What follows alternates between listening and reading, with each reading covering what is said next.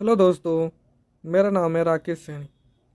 दोस्तों, आज की वीडियो में लेकर आया हूँ विश्व एवं भारत का भूगोल, वैसे प्राकृतिक संसाधन तथा जनसंख्या और इसके नगरीकरण को।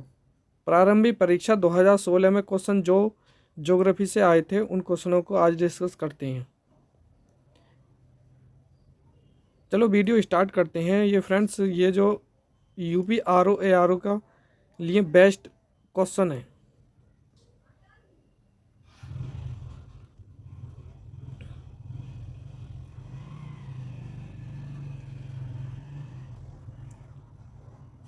पहले नंबर पर प्रश्न दे रखा है, भारतीय वन सर्वेक्षण के रिपोर्ट के अनुसार भारत के निम्नलिखित में से किस राज्य में भौगोलिक क्षेत्र का सर्वाधिक प्रतिशत वन क्षेत्र है। प्राकृतिक सबसे ज़्यादा वन कहाँ पर स्थित हैं क्षेत्रफल के आधार पर? तो ये फ्रेंड्स मणिपुर में, मेघालय में, या मिजोरम में, या नागालैंड में। तो फ्रेंड्स, इसका सही आंसर है मिजोरम। मिजोरम में प्रतिशत के आधार पर सबसे ज़्यादा वन पाए गए हैं। अब इन क्वेश्चनों को देखते हैं।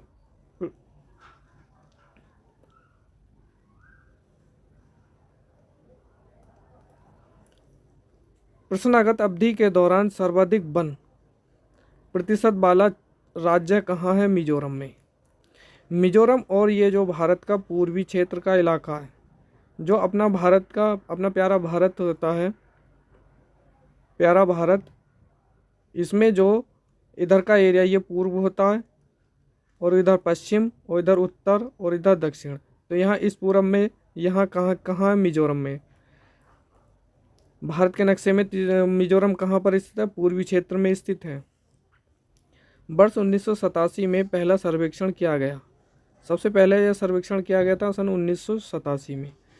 वर्ष 2021 की रिपोर्ट के अनुसार Bharat one report, India state of forest report ISFR का यह कितना है? 17वां प्रकाशन है।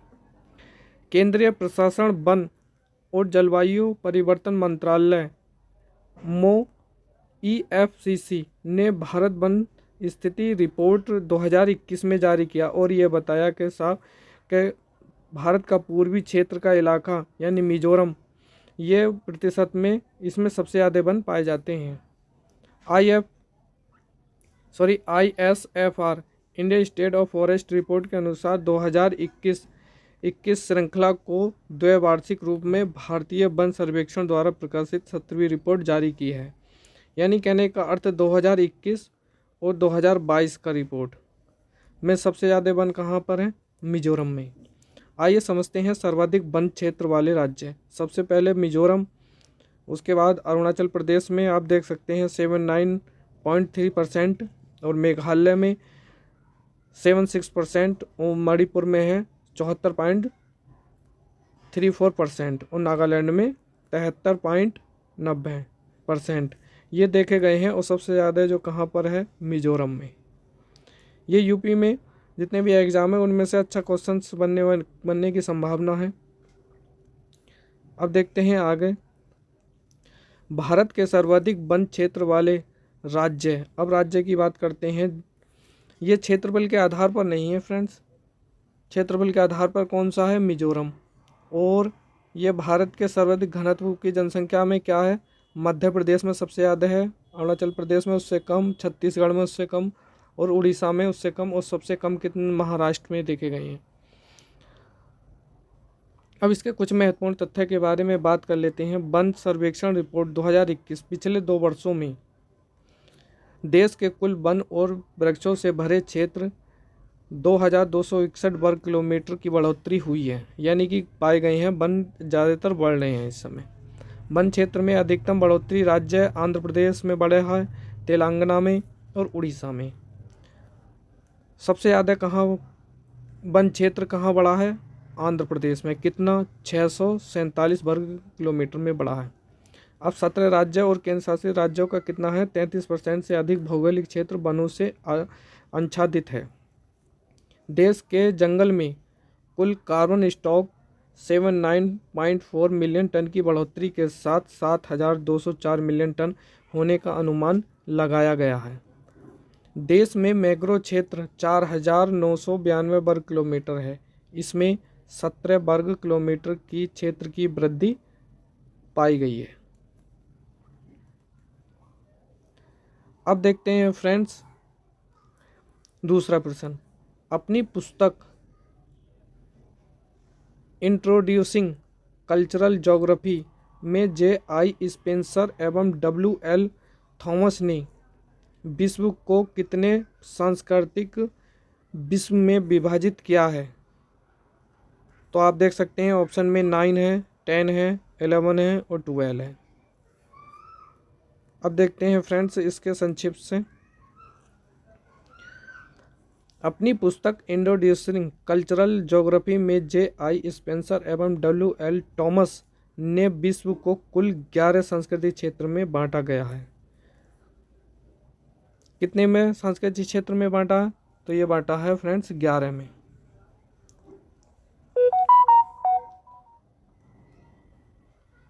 अब बढ़ते हैं फ्रेंड्स पर्यावरण मंत्रालय द्वारा जारी किए गए Indian state of forest report 2015 के अनुसार भारत के पूरे भौगोलिक क्षेत्र का कितना प्रतिशत क्षेत्र वनों और पेड़ों से आच्छादित है? तो इसका आंसर देखते हैं friends. Indian state of forest report 2015 के अनुसार भारत के कुल भौगोलिक क्षेत्र का 24.16% क्षेत्र वनों एवं पेड़ों से आच्छादित है। ये कितने की रिपोर्ट है? 2015 की। भारतीय वन रिपोर्ट 2021 में ये कितनी रिपोर्ट हुई है? 17वीं रिपोर्ट है। इसमें देश का कुल वनाच्छादन जो कितना है 21.71% है, जबकि कुल वनावरण एवं वृक्षावरण कुल भौगोलिक क्षेत्र कितना है 24.62%। और वर्ष 2019 की रिपोर्ट की तुलना में 2021 की रिपोर्ट में वन एवं वृक्षावरण कितना है 2261 वर्ग किलोमीटर है। अब देखते हैं निम्नलिखित में से कौन सुमेलित नहीं है? धान की प्रजाति क्या गोविंद होती है, या फिर गेहूं की सूक्ष्म सम्राट होती है, या अरहर की पारस होती है, या मटर की प्रकाश होती है? अब इनको अच्छे से सभी जातियों को देख लेते हैं। धान की एक प्रजाति है गोविंद एवं सूक्ष्म सम्राट, ये किसकी है? धान की।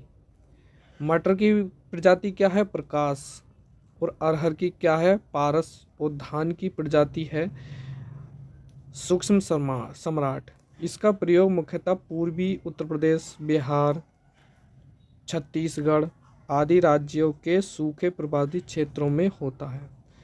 गेहूं की प्रजातियां हैं पूर्वा HD 2824, ऊर्जा HD 2864, कौशाम्बी HW 2045 और पुष्पा और विशेष 2851, पूसा तृप्ति 2833, पूसा गोल्ड 544। ये मुख्य है फसल गेहूं की।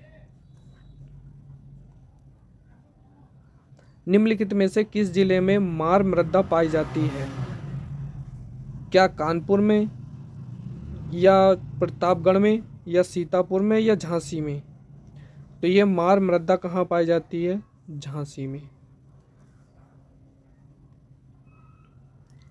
बुंदेलखंड में झांसी, ललितपुर, हमीरपुर, बांदा तथा जालौन जिले आते हैं।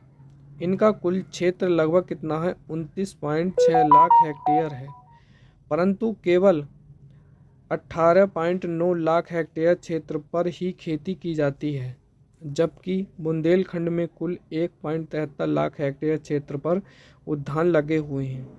जल संसाधनों की कम एवं असामयिक वर्षा मिट्टी का अनुपयोग अत्यधिक ढालू तथा पथरीला होने से यह क्षेत्र बहुत पिछड़ा हुआ है। बुंदेलखंड में मुख्यतः दो प्रकार की मिट्टी पाई जाती है।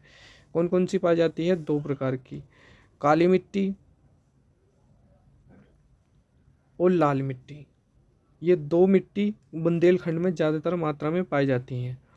काली मिट्टी में दो प्रमुख वर्ग की मिट्टियाँ पाई जाती हैं, काबर और मार। इस तरह की मिट्टी में जल धारण क्षमता बहुत कम होती है, उत्पादन क्षमता भी अधिक होती है। कहने का अर्थ, मार में जल धारण करने की क्षमता बहुत है और उसकी उत्पादन क्या होती है? अधिक है। मार मृदा में गेहूं और कपास के लिए अच्छी उपयोगी है ये, और मार मिट्टी में ही उत्तर प्रदेश के पश्चिम जिलों में पाई जाती है। मार मिट्टी में आयरन, सिलिका और एल्यूमीनियम शामिल है। कृषि के लिए उपयुक्त नहीं है क्योंकि बरसात के मौसम में यह गोंद की तरह चिपचिपा नहीं हो जाती है। अब लाल मिट्टी के बारे में बात कर लेते हैं। लाल मिट्टी, इस मिट्टी को राबर और परबा दो समूह में विभाजित किया जाता है। इस मिट्टी में जल धारण क्षमता एवं उत्पादन क्षमता बहुत कम है। इस मिट्टी में वृहद संरचना के कारण इसमें भू कटाव बहुत अधिक होता है, इसलिए कम ढाल पर भी भूमि एवं जल का संरक्षण आवश्यक है। सूक्ष्म क्षेत्रों में पथरीली, बांगर, पठारों आदि पर फलादार वृक्ष जैसे नींबू, बेर, आंवला, अमरूद, अनार आदि आसानी से उगाए जा सकते हैं क्योंकि इनकी जल मांग भी अधिक नहीं होती। इस तरह पथरी भूमि को उपयोग में लाने के लिए उदानीकरण आवश्यक है। ढालू भूमि पर मृदा एवं जल संरक्षण की उपयुक्त विधियां अपनाकर ऐसी भूमि का समुचित उपयोग ही नहीं होगा बल्कि फलों की समुचित पैदावार करके बुंदेलखंड क्षेत्र फलों को पैदावार करने में आत्मनिर्भर भी बनाएगा। अब पढ़ते हैं फ्रेंड्स छठे क्वेश्चन पर। भारत में फसलों की बुवाई के अंतर्गत शुद्ध क्षेत्रफल कितना है? यह क्वेश्चन फ्रेंड्स काफ़ी इम्पोर्टेंट है। क्या 12 करोड़ हेक्टेयर पे, या 16 करोड़ हेक्टेयर पे, या 14 करोड़ हेक्टेयर पे, या 17 करोड़ हेक्टेयर पर? तो इसका सही आंसर देखते हैं। भारत में फसलों की बुवाई के अंतर्गत शुद्ध जो क्षेत्रफल पाया गया है वो 14 करोड़ है। 14 करोड़ हेक्टेयर पर क्या होती है भूमि? 14 करोड़ हेक्टेयर की भूमि पर क्या होती है? फसल होती है। बुवाई के अंतर्गत शुद्ध क्षेत्र से लगभग फसलों और बगीचों के साथ बोए गए हैं कुल क्षेत्रफल से लगभग होता है। आर्थिक सर्वेक्षण के अनुसार 2018 के अनुसार कृषि के तहत भारत की कुल भूमि का लगभग 141.4 मिलियन हेक्टेयर शुद्ध बुवाई क्षेत्र का 73.2 मिलियन हेक्टेयर क्षेत्र अभी भी असंचित और वर्षा पर आधारित है। निम्नलिखित में से किस कण का व्यास 0.002 मिलीमीटर से कम होता है? क्या मृत्ता का होगा, या गाद का, या महीन बालू का, या उपयुक्त में से कोई भी नहीं? तो इसका सही आंसर देखते हैं।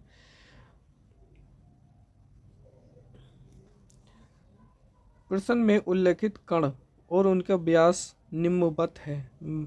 मृत्तिका का व्यास कितना होता है? 0.002 मिलीमीटर से कम। तो इसका सही आंसर है ये। गाद का 0.002 मिली सेंटीमीटर से लेकर 0.06 मीटर की मध्य के बीच होता है। महीन बालू का कितना होता है? 0.6 मिलीमीटर से 2 मीटर के मध्य है। भारतीय मानक मृदा वर्गीकरण पद्धति के आधार पर मृदा के अनेक कणों के आकार के अनुसार कंकर, उपलिका, बजरी, रेत, गाद तथा मृत्तिका से वर्गीकरण किया गया है, जो आप देख सकते हैं। निम्नलिखित कथनों पर विचार कीजिए। तो भारत में वन क्षेत्र का ह्रास भारत के संक्रमण से प्रत्यक्ष संबंधित रहा है। कारण नंबर 2, वन क्षेत्र एवं जनसंख्या वृद्धि में नकारात्मक संबंध होता है। अब नीचे दिए गए कोटों में सही उत्तर चुनिए। अब इसका सही आंसर देख लेते हैं। वन क्षेत्र एवं जनसंख्या वृद्धि में प्राय नकारात्मक संबंध होता है। भारत में वन क्षेत्र का ह्रास भारत के जनसांख्यिकीय संरक्षण से प्रत्यक्ष संबंधित रहा है। तो इसलिए कथन क्या है? इसका कथन आर, दोनों कथन सत्य हैं। आर भी और ए भी सही है। वनों की कटाई के परिणाम क्या हो सकते हैं, अब देखते हैं। तापमान में वृद्धि एवं ग्लोबल वार्मिंग, हवा और बारिश से मिट्टी का कटाव, वन्य जीवन, जंगल के जानवर एवं पौधों का विलुप्त होना और जल चक्र का विघटन होना। ये क्या हमारे वनों की कटाई के परिणाम हैं। अब देखते हैं फ्रेंड्स अगला। राष्ट्रीय वन नीति 1952 के अनुसार निम्नलिखित में से कौन सा वन संवर्ग नहीं है? तो उसका सही आंसर देख लेते हैं। 1952 ईस्वी की राष्ट्रीय वन नीति के अनुसार वनों को वर्गीकृत किया गया है। वन संरक्षित रखने में, राष्ट्रीय वन में और ग्राम एवं वन वृक्ष भूमि में। इस प्रकार राष्ट्रीय उद्यान वन का एक संवर्ग नहीं है। राष्ट्रीय वन नीति को 1988 में निम्नलिखित उद्योगों के साथ प्रतिपादित किया गया था। राष्ट्रीय वन नीति का प्रमुख उद्देश्य 1988 का उद्देश्य पर्यावरण स्थिरता और पारिस्थितिकी संतुलन के रखरखाव में सुनिश्चित करता है, जिसमें वायुमंडलीय संतुलन भी बना रहता है, जो कि सभी जीवन रूपों, मानव, पशु और पौधों का भरण पोषण के लिए महत्वपूर्ण है। इसमें नदियां, झीलों के जल संरक्षण में, मिट्टी के कटाव और अनाच्छादन की जांच करने के लिए, मिट्टी और पानी के संरक्षण, बाढ़ और सूखे को कम करने के लिए, रेगिस्तान क्षेत्र में रेत के टीलों के विस्तार की जांच करने के लिए ये चीज़ दे रखी है। अब फ्रेंड्स देखते हैं अगला प्रश्न। कोयला मंत्रालय की रिपोर्ट के अनुसार 1/4/2014 को निम्नलिखित राज्यों के परिणामित कोयला भंडार की दृष्टि से सही आरोही क्रम क्या है? क्या छत्तीसगढ़, उड़ीसा, झारखंड, मध्य प्रदेश में होता है, या उड़ीसा, छत्तीसगढ़, मध्य प्रदेश, झारखंड में होता है, या झारखंड, छत्तीसगढ़, उड़ीसा, मध्य प्रदेश में होता है, या झारखंड, उड़ीसा, छत्तीसगढ़, मध्य प्रदेश में होता है? तो सबसे ज़्यादा कोयला कहाँ पर होता है? यानी कि सबसे एक होता है आरोही क्रम, एक होता है अवरोही क्रम। आरोही क्रम बढ़ते क्रम में होता है और अवरोही क्या होता है, घटते क्रम में। तो इसका सही आंसर देख लेते हैं डी, झारखंड में क्या होता है, सबसे ज़्यादा होता है, और उड़ीसा में उससे कम, छत्तीसगढ़ में उससे कम, और पश्चिमी बंगाल में उससे कम, और मध्य प्रदेश में उससे कम। सबसे कम किस में होता है, मध्य प्रदेश में। सबसे ज़्यादा कहाँ होता है, झारखंड में। तो इसका सही आंसर क्या बनेगा, डी, झारखंड, उड़ीसा, छत्तीसगढ़ और मध्य प्रदेश। अब देखते हैं फ्रेंड, निम्नलिखित कथनों पर विचार कीजिए। प्राकृतिक संसाधन वे होते हैं जो किसी क्षेत्र में स्थित हैं तथा भविष्य में भी प्रयोग में लाए जा सकते हैं। या कारण नंबर 2, किसी वास्तविक सांस्कृतिक संसाधन का विकास प्रौद्योगिकी एवं उत्पादन लागत पर निर्भर होता है। तो इसका सही आंसर देख लेते हैं। तो इसका सही आंसर प्राकृतिक संसाधन वे होते हैं जो किसी क्षेत्र में स्थित हैं तथा भविष्य में प्रयोग में लाए जा सकते हैं। किसी वास्तविक प्राकृतिक संसाधन का विकास प्रौद्योगिकी एवं उत्पादन लागत पर निर्भर होता है। ये दोनों कथन सही है। अब देखते हैं फ्रेंड्स, ऊर्जा उत्पादन के निम्नलिखित साधनों पर विचार कीजिए। क्या जल होता है, प्राकृतिक गैस, नाभिकीय या डीजल? तो इसको क्या देखना है, अवरोही क्रम में देखना है। इसको भी क्या देखना है, अवरोही क्रम में। चलो इसको सही देखते हैं। इसका सही आंसर है, भारत में ऊर्जा उत्पादन की कुल प्रतिस्थापित क्षमता जून 2021 2022 के अनुसार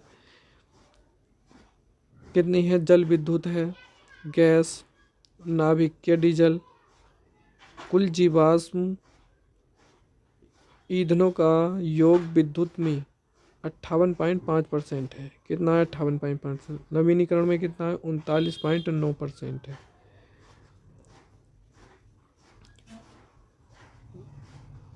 और पवन ऊर्जा क्षमता में चौथे स्थान पर है।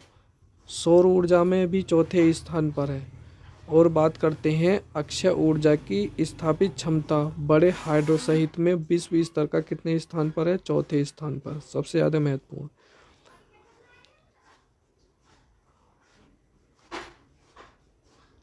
अब बढ़ते हैं 13वें प्रश्न पर। निम्नलिखित में से कौन जैविक संसाधन नहीं है? क्या जैविक संसाधन? क्या शुद्ध जल है, कोयला है, पेट्रोलियम है या मछली है?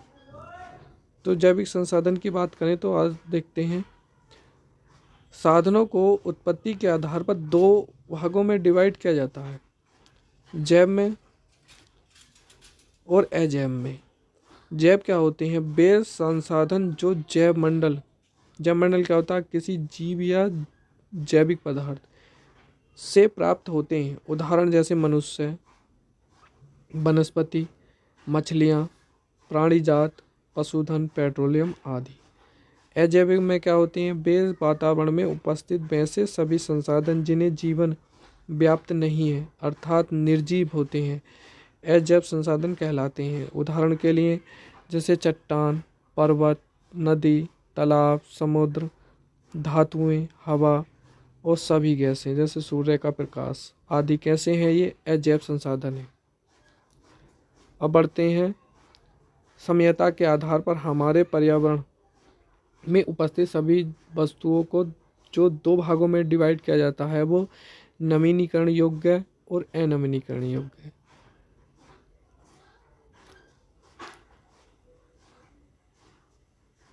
चलो अब बढ़ते हैं अगले प्रश्न पर। स्ट्रेट लाइट होता है कहाँ पर? वायुमंडल का सबसे ऊपरी बैंड है, या फिर समताप मंडल का सबसे निचला बैंड है, या फिर अधिक ऊंचाई पर तापमान मंडल में स्थापित वायुपोत है, या शनि का प्राकृतिक उपग्रह है। तो स्ट्रेट लाइट कहाँ पर होती है? तो ये होती है समताप मंडल का सबसे ऊपरी बैंड कहलाता है। अब इसको देखते हैं डिटेल से। स्ट्रेट लाइट क्या होता है? स्ट्रेट लाइट मुख्यतः अधिक ऊंचाई पर तापमान मंडल में समताप मंडल में स्थापित वायुपोत होता है।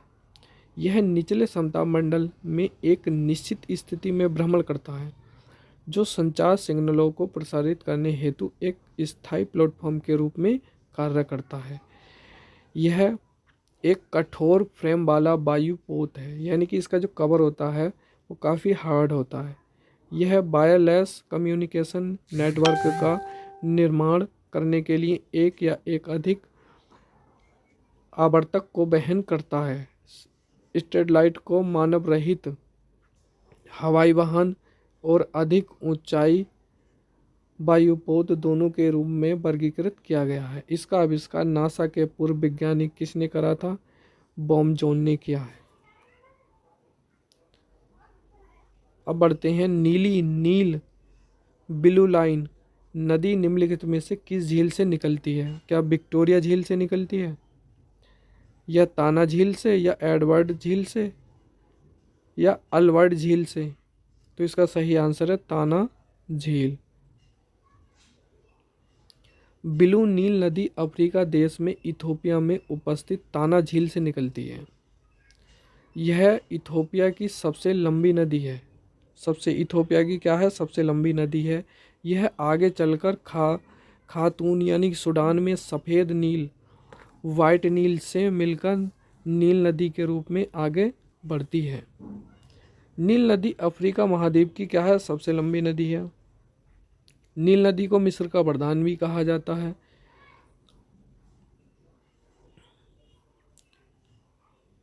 निम्नलिखित सागरों का पश्चिम से पूर्व सही क्रम बताइए। तो क्या है इसका?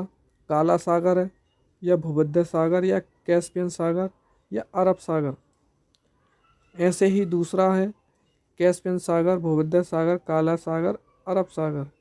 तीसरा भूमध्य सागर, काला सागर, कैस्पियन सागर या अरब सागर।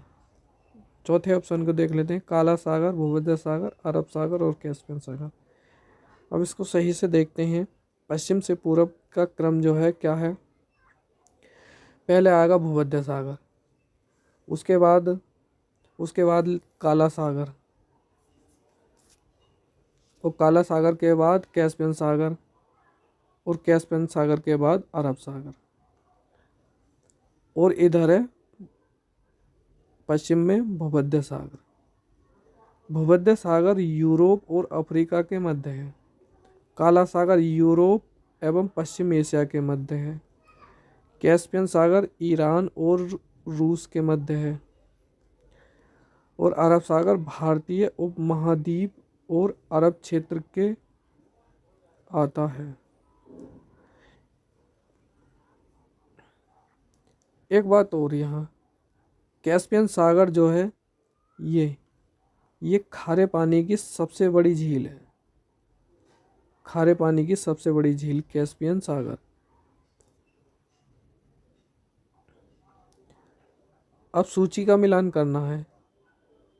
इधर लीना है, नदियां हैं, आमूर है, टिग्रिस है और माही है।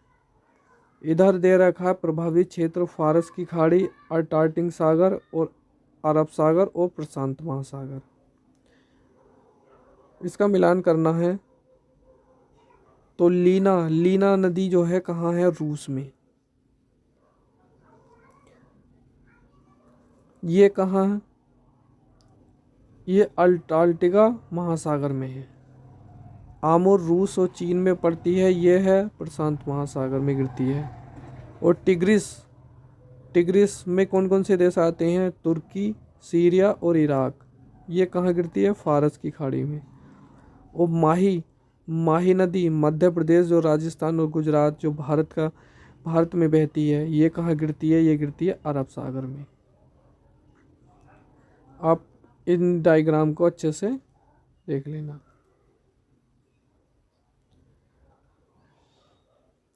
यह अपना पूरा भारत विश्व का नक्शा है। करीबा बांध निम्नलिखित में से स्थित है। क्या काफ्यू नदी पर, जाम्बेजी नदी पर, या चाम्बेसी नदी पर, या काम्पो नदी पर। तो इसको सही से देखते हैं। करीबा बांध जाम्बेजी नदी पर स्थित है। दोस्तों कहाँ स्थित है करीबा बांध, जाम्बेजी नदी पर। यहीं पर करीबा झील भी स्थित है। कहाँ स्थित है करीबा झील, जाम्बेजी नदी पर। अफ्रीका महाद्वीप के प्रमुख बांध के बारे में समझते हैं। आसमान बांध कहाँ पर पाया जाता है, तो ये अफ्रीका महाद्वीप में है। मिस्र में नील नदी पर स्थित है। यह अफ्रीका महाद्वीप का क्या सबसे ऊंचा बांध है, आसमान बांध। अब बात करते हैं केंजी बांध, नाइजर नदी पर। सेंगनार बांध नील नदी पर अवस्थित है। कैंसी बांध भी कहाँ स्थित है, नाइजीरिया पर। जाम्बेजी नदी जाम्बिया और जिम्बाब्वे के बीच प्राकृतिक सीमा बनाती है। अब बात करते हैं निम्नलिखित में से कौन सही सुमेलित नहीं है। तो इसका सुमेलित देखना है। इधर पोत निर्माण केंद्र है जो यूएसए में है और उधर राज्य हैं। अब इनका सही आंसर देख लेते हैं।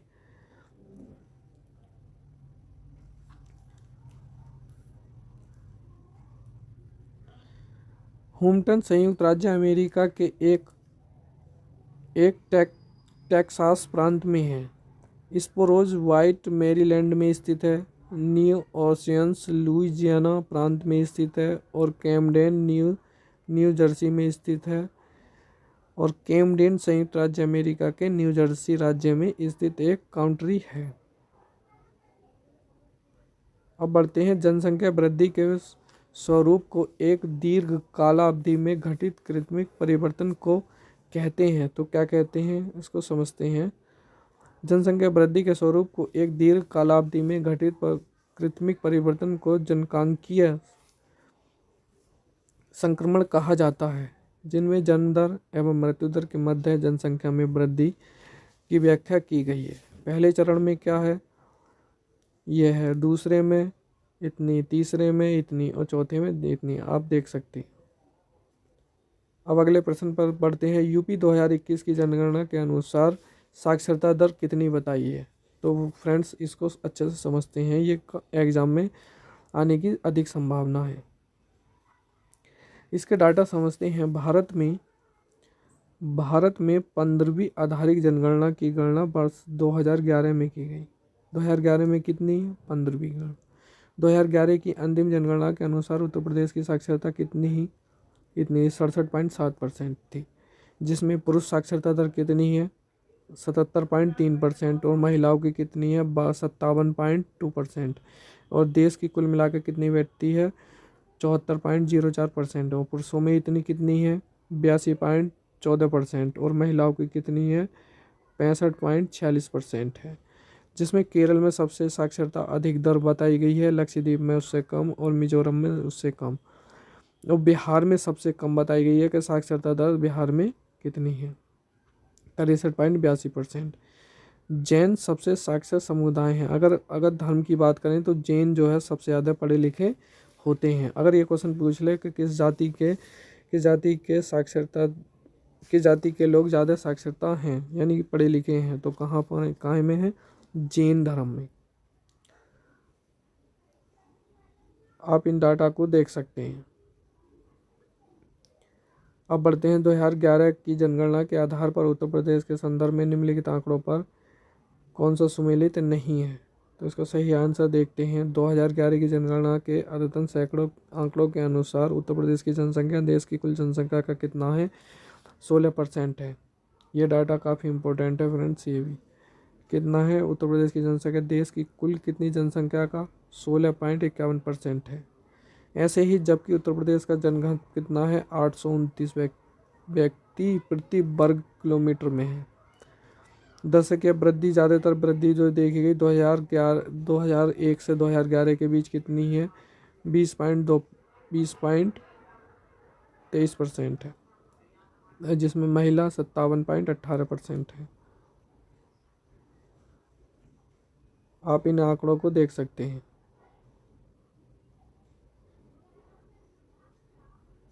अगला प्रश्न पर बढ़ते हैं। निम्नलिखित में से किस राज्य में जनसंख्या सर्वाधिक है।